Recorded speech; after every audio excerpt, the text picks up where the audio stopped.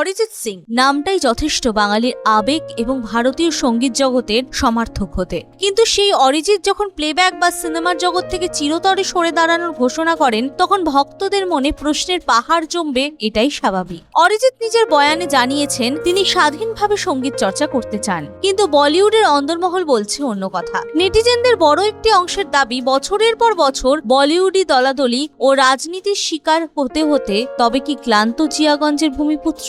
অরিজিতের কেরিয়ারের মধ্য গগনে সবথেকে বড় বিতর্কের নাম ছিল সালমান খান। 2014 সালের একটি অ্যাওয়ার্ড অনুষ্ঠানে সালমানকে করা অরিজিতের একটি হালকা ঠাট্টা ভাইজান সহজভাবে নিতে পারেননি। তার পরবর্তী ফলাফল ছিল ভয়াবহ।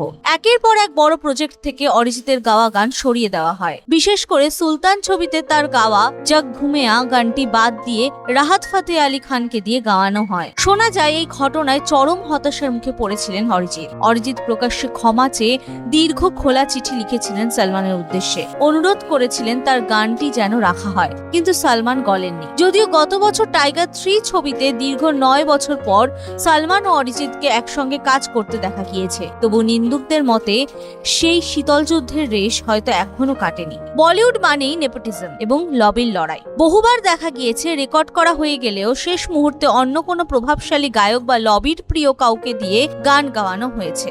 সঙ্গীত পরিচালকদের সঙ্গে অরিজিতের সম্পর্ক সুমধুর হলেও প্রযোজকদের খবরদারিতে বহু গান তার হাত ছাড়া হয়েছে বলে গুঞ্জন রয়েছে। সুশান্ত সিং রাজপুতের প্রয়াণের পর বলিউডের যে অন্ধকার দিকটি সামনে এসেছিল, অরিজিতের এই হঠাৎ সিদ্ধান্তে সেই কালো ছায়ার ছোঁয়া দেখছেন নেটিজেনরা। অরিজিৎ বরাবরই লাইমলাইট থেকে দূরে থাকতে পছন্দ করেন। মুম্বাইয়ের গ্ল্যামার দুনিয়া ছেড়ে পশ্চিমবঙ্গেই বেশি সময় কাটান তিনি। ভক্তদের একাংশের ধারণা, গত 1 দশক ধরে সিনেমার গানে যে ধরনের একঘেয়েমি বা রিমিক্স সংস্কৃতি তৈরি হয়েছে, তার সঙ্গে অরিজিৎ হয়তো আর তাল মিলিয়ে চলতে চাইছেন না। তিনি নিজের শিল্পকে লবি বা কন্ট্রাক্টের গণ্ডিতে আটকে না রেখে স্বাধীন সুরকার হিসেবে কাজ করতে চান। তবে কারণ যাই হোক না কেন, বিতর্কের চূড়াস্রোত যে প্লেব্যাক সিঙ্গার হিসেবে অরিজিতের এই বিদায় বেলায় কাজ করছে তা নিয়ে সন্দেহ নেই। সালমান খানের সঙ্গে দীর্ঘদিনের দ্বন্দ্ব মিটলেও বলিউডের রাজনীতির গ্রাসে পড়ে আর কতজন প্রতিভাকে হারিয়ে যেতে হবে অরিজিতের এই ঘোষণায়, সেই প্রশ্নই নতুন করে বড় হয়ে দেখা দিয়েছে।